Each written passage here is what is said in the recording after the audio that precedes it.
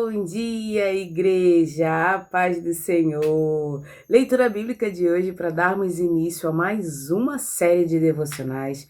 Nós vamos falar sobre o fruto do Espírito. Ele que é um, mas que se desmembra em vários, porque o fruto, ele é só um, mas ele se desmembra em vários frutos, vários gomos. Vamos pegar o exemplo de uma tangerina. A tangerina é uma fruta única que dentro dela, quando você descasca, ela tem vários gomos. Assim funciona o fruto do Espírito. Nessa semana nós vamos conhecer um a um, ponto por ponto, e assim poder acrescentar em nossa vida. Por quê? O fruto do Espírito ele poderia ser categorizado também como, como é que eu posso dizer? Como um artifício de Deus, ou como é que eu posso dizer? Como uma característica de Deus. Aquelas pessoas que obtêm o fruto do Espírito, que têm o fruto do Espírito, que alcançam o fruto do Espírito, são pessoas que têm a característica de Deus. Ou seja, quando você é revestido pelo fruto do Espírito, quando você se converte, o Espírito ele passa a estar com você, você passa a ter características de Deus. E hoje nós vamos aprender num estudo focado na profundidade teológica, com a clareza das Escrituras, lá em Gálatas capítulo 5, versículo 22 e 23, onde Paulo ele descreve o fruto do Espírito, que representa as características que se desenvolvem na vida de quem é guiado por Deus e pelo Espírito Santo. Nós vamos pegar aí, nós vamos ver com clareza todos esses frutos descritos e nós vamos batendo aí durante a semana, item por item. Hoje nós vamos começar com o princípio de tudo, com o primeiro, mas vamos destrinchando aí ao longo da semana todas as informações sobre o fruto do Espírito, um a um, o que cada um pode fazer em nossa vida. Amém? Vamos lá? Gálatas 5, pegue sua Bíblia, Gálatas capítulo 5, versículo 22 e 23. Mas o fruto do Espírito é amor, alegria, paz, paciência, amabilidade, bondade, fidelidade, mansidão e domínio próprio. Contra essas coisas não há lei. Ou seja, Paulo está resumindo da seguinte forma.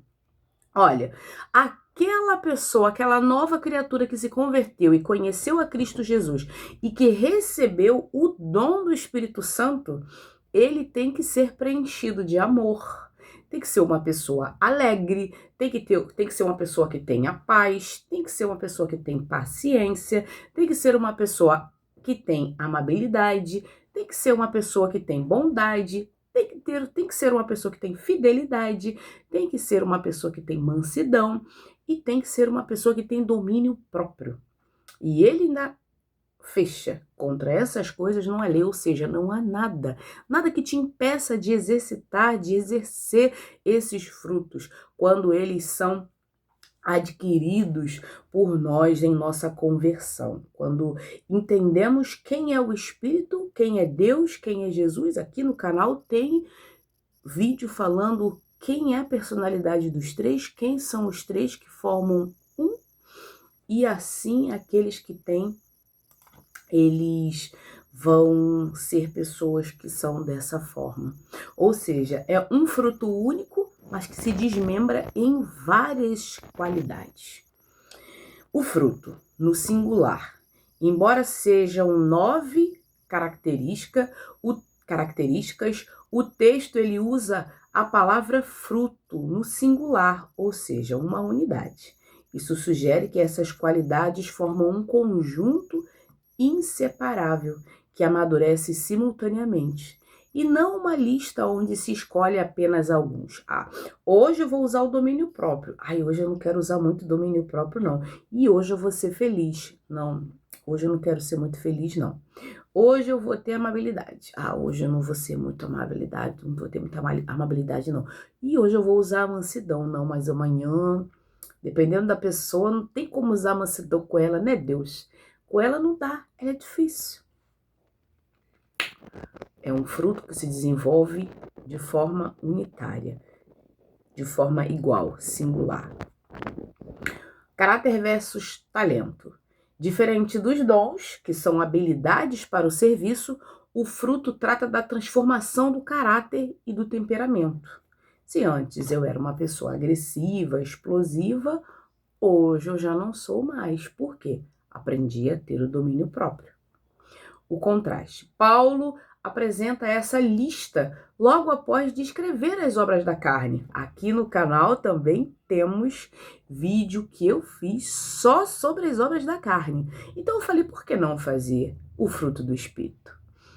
Isso aí vem um colado com o outro, porque vem as obras da carne e logo embaixo vem os frutos do Espírito. Porque as obras da carne é tudo aquilo que a gente constrói com a carne. Já o fruto do Espírito é aquilo que a gente adquire, aquilo que a gente recebe de Deus. Mostrando que o fruto é o resultado natural de uma vida em sintonia com Deus, com o divino, em oposição aos impulsos puramente egoístas da nossa carne. A nossa carne, ela tem desejos, ela tem manias, ela tem jeitos, mas adquirindo o fruto do Espírito, essas obras elas passam a não fazerem mais parte da nossa vida.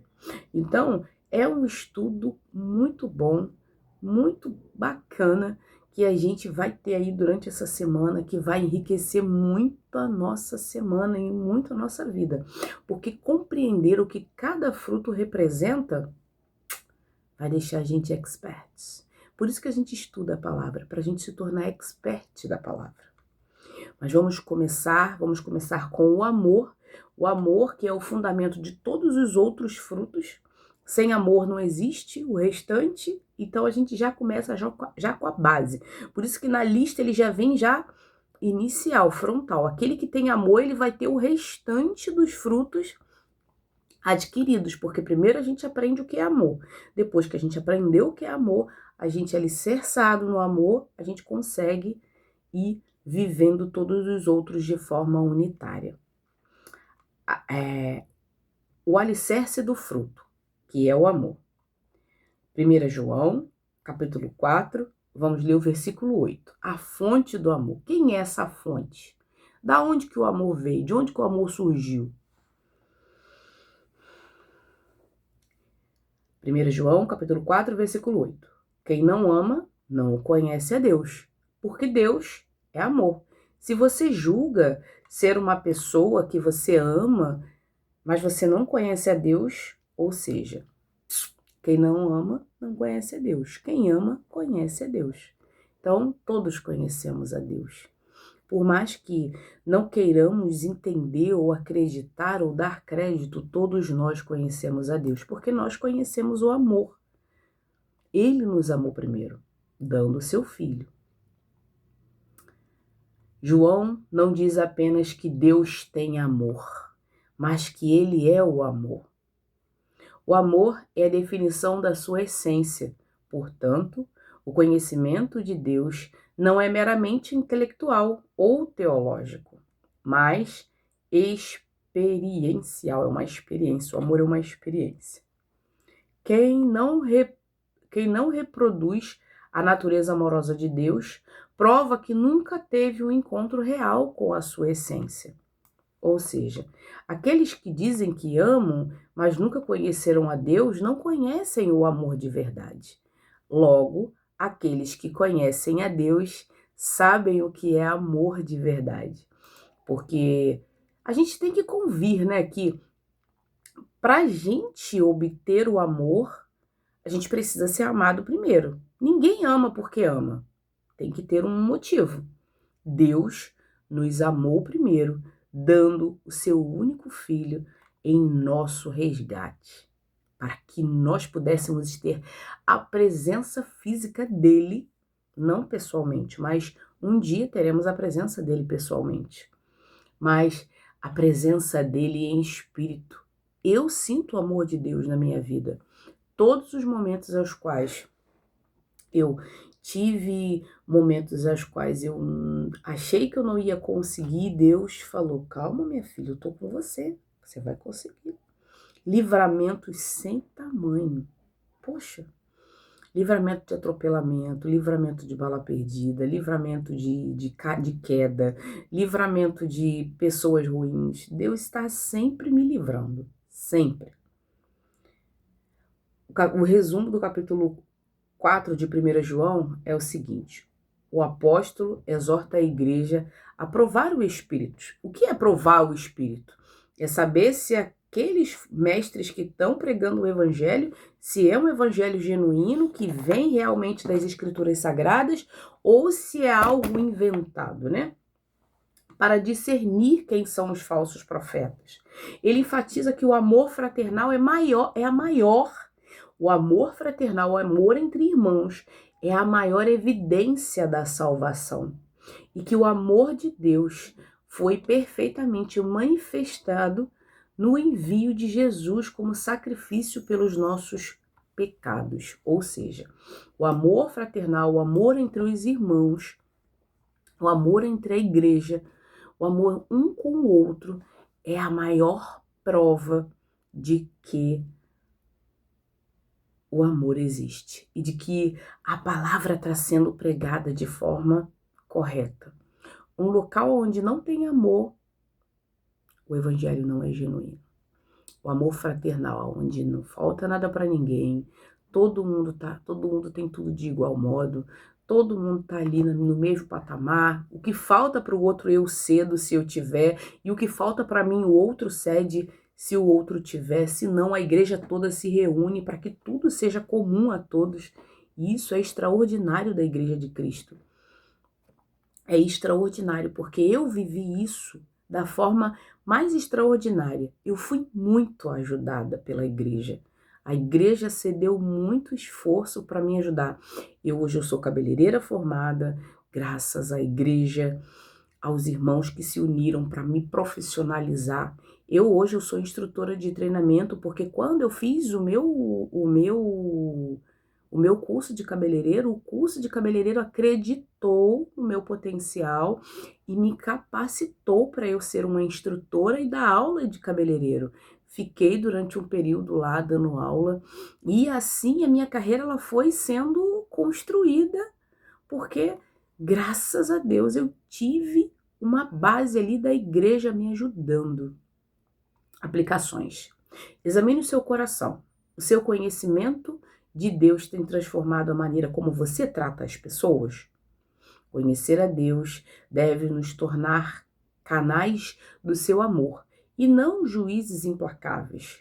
Muitas das vezes pensamos assim, ai, fulano é tão pecador, nossa, não vou ficar perto dele não, então ele vai queimar no inferno porque peca toda a vida.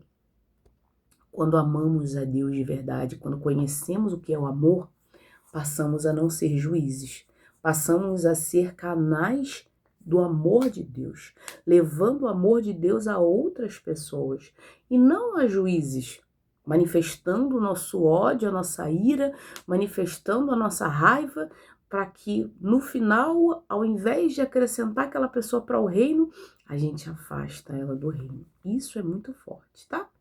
O termo grego usado é o ágape, que se refere a um amor incondicional e sacrificial, baseado na vontade e não apenas na emoção.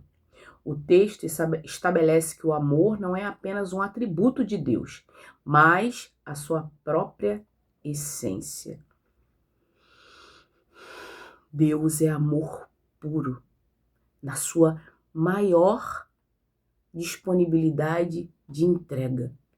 Deus é esse amor. 1 Coríntios 13, versículo 1. A prioridade do amor. Ainda que eu falasse a língua dos homens e dos anjos, se não tiver amor, serei como o sino que ressoa ou como o prato que retine. Paulo aqui usa o dom de línguas, tão valorizado em Coríntios, para mostrar que a manifestação espiritual sem o caráter amoroso é um barulho vazio. O sino que ressoa era um instrumento de metal que emitia um som agudo. Dum. mas sem melodia ou propósito.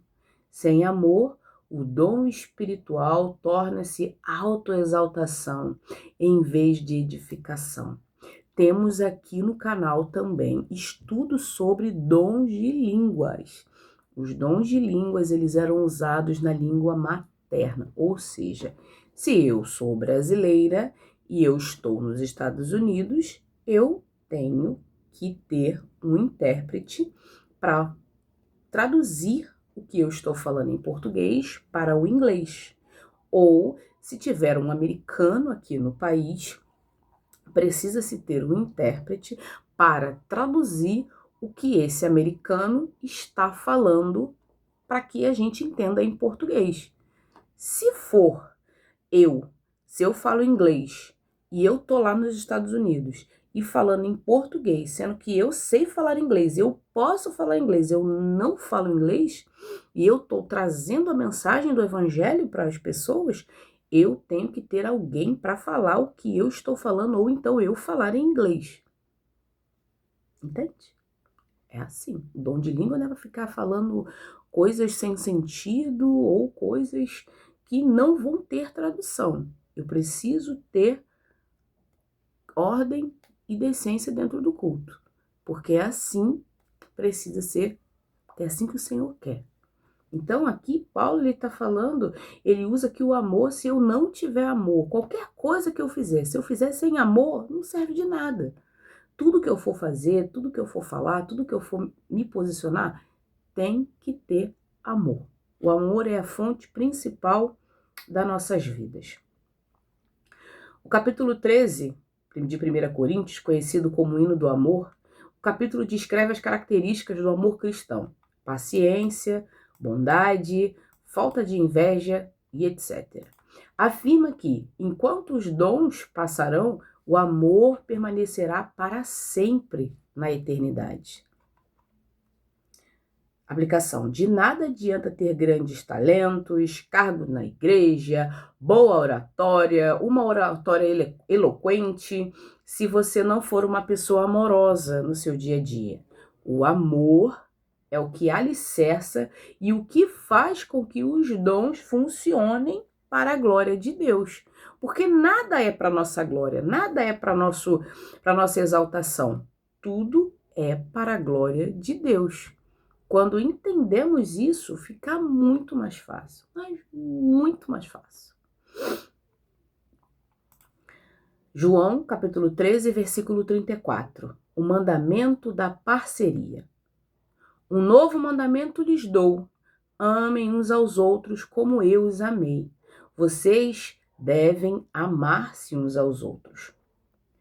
O que torna o mandamento novo não é a ordem de amar, que já existia na lei, mas o padrão, como eu os amei.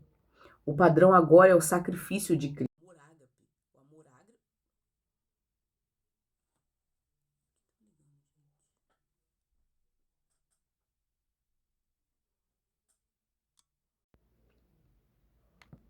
O amor ágape, que é o amor sacrificial, que é o amor que Cristo Jesus deu para os seus discípulos e para nós hoje aqui, é o amor que estabelece Jesus continuamente na vida dos irmãos. O amor mútuo, onde eu me sacrifico por você e você se sacrifica por mim. É a identidade visual. A gente consegue ver o amor de forma prática, de forma que é visto, é visível. Não é algo que foge dos padrões, mas é algo que tem um padrão único, ímpar, feito diretamente das mãos do nosso Deus, do nosso Jesus. O mundo reconheceria os cristãos não por uniformes ou por ritos, mas pela qualidade do seu relacionamento. É assim que somos reconhecidos pelo mundo. Somos reconhecidos porque amamos.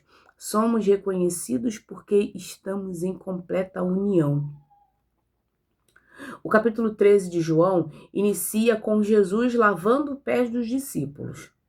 demonstração prática de serviço. Passa pela predição da tradição de Judas e termina com as instruções finais de Jesus antes de sua paixão, focando na humildade e no novo mandamento. Aplicação. O seu casamento, na sua família e na sua igreja. O seu padrão de amor deve ser o de Jesus. Um amor que serve, que perdoa primeiro e que se entrega pelo bem do outro. Nós devemos nos relacionar como Cristo se relacionou com a igreja, a ponto de dar a própria vida, de negar a nós mesmos, de partir do princípio de quê? De não olharmos para o outro com um sentimento altivo, com um sentimento de sermos maiores, mas não, dar honra mais aos outros do que a nós mesmos. Muitas das vezes vamos vencer nosso cansaço, muitas das vezes vamos vencer a nossa preguiça para estarmos servindo ao próximo. Então, no dia de hoje, o maior ato de amor é o serviço, é servir ao próximo. Romanos, capítulo 5, versículo 5, o combustível do amor. E a esperança não nos decepciona, porque Deus derramou o seu amor em nossos corações, por meio do Espírito Santo, que Ele, o próprio Cristo, nos concedeu. O verbo derramar sugere uma efusão abundante, como uma chuva torrencial. O amor de Deus não é algo que fabricamos por esforço próprio. É uma obra interna do Espírito Santo. É esse amor derramado que nos sustenta nas tribulações e garante nossa esperança no futuro. Que nossa esperança, ela não é vã, que nós vamos ser salvos, que temos um rei, que temos um mestre. O resumo do capítulo 5 é: Paulo explica os resultados da justificação pela fé. Paz com Deus, alegria nas tribulações e a certeza da nossa salvação. Ele faz um contraste entre Adão, por quem veio o pecado, e Cristo, por quem veio a graça e a vida. É um bom estudo a gente fazer sobre essa analogia, né? De por que o pecado entrou através de Adão e por que Cristo Jesus, ele leva sobre ele e nos traz a graça em troca dos nossos pecados. Aplicação. Quando você se sente incapaz de amar alguém difícil, lembre-se que você tem uma fonte inesgotável dentro de você. Peça ao Espírito Santo para reabastecer seu coração com o amor que vem de Deus, pois humanamente somos limitados, mas o Espírito Santo ele é infinito.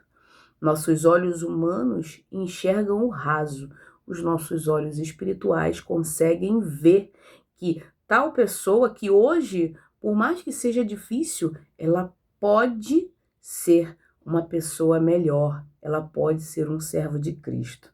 Hoje eu trato as pessoas que são da minha fé e que não são da minha fé como possíveis irmãos.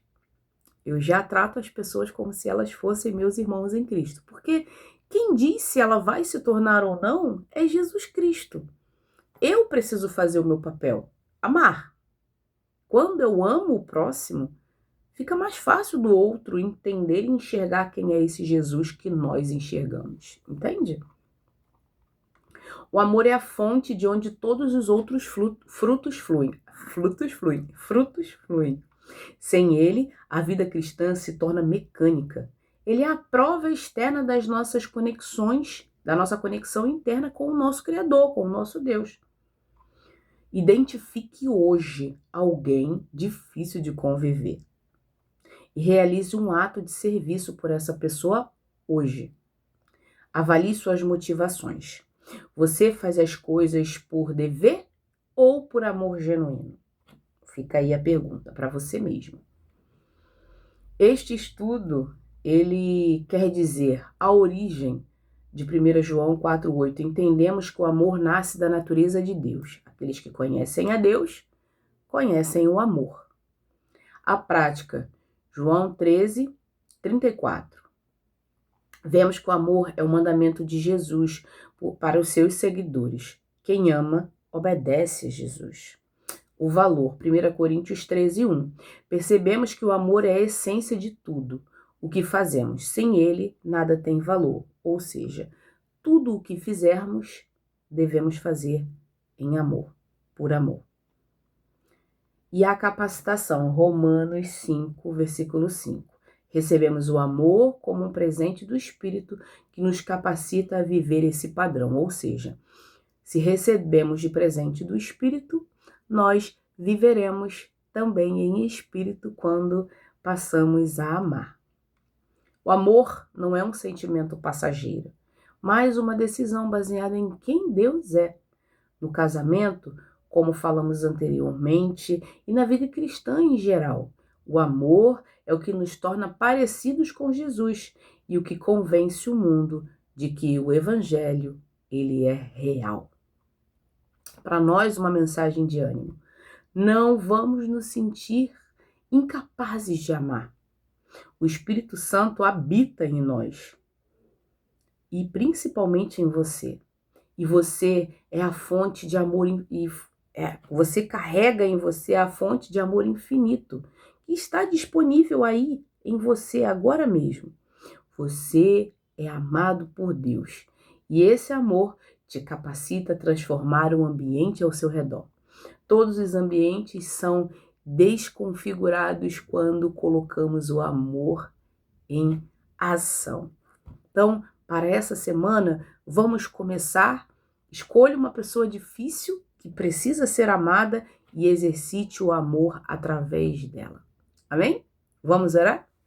Paizinho amado e querido Deus, graças te damos por mais um dia que se chama hoje, Pai. Muito obrigada pelo teu amor, pela tua misericórdia, por tudo que o Senhor apresenta em nossas vidas. Tome, Pai, o dia de hoje em tuas mãos, perdoa meus pecados, minhas falhas e me ajude a ser alguém melhor para o Senhor. Assim como eu peço, Pai, para essa rede hoje, tome cada um em tuas mãos, Pai. Ajude-os a amar. Assim como eu peço que o Senhor me ajude a amar, principalmente aquelas pessoas que são mais difíceis. Que nós possamos, Pai, exercitar dia a dia o amor, porque é um fruto que o Senhor nos presenteou. Que possamos, Pai, levar para muitas outras pessoas aquilo que o Senhor tem e que o Senhor nos dá todos os dias, que é o amor. Muito obrigada, Pai. Hoje eu oro e já te agradeço em nome de Jesus. Amém.